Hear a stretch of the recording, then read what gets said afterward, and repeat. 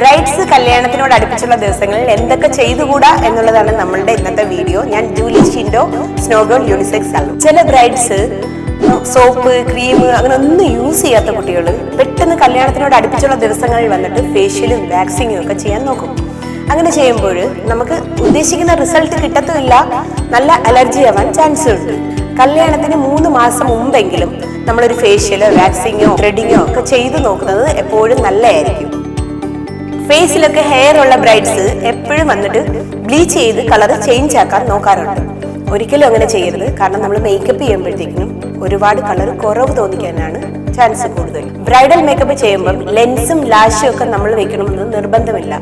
നമ്മൾ വച്ച് നോക്കിയിട്ട് നമുക്ക് ചേരുമെങ്കിൽ മാത്രം അത് യൂസ് ചെയ്താൽ മതി. നിങ്ങൾക്ക് ഇഷ്ടമുണ്ടെങ്കിൽ മാത്രം അത് യൂസ് ചെയ്താൽ മതി.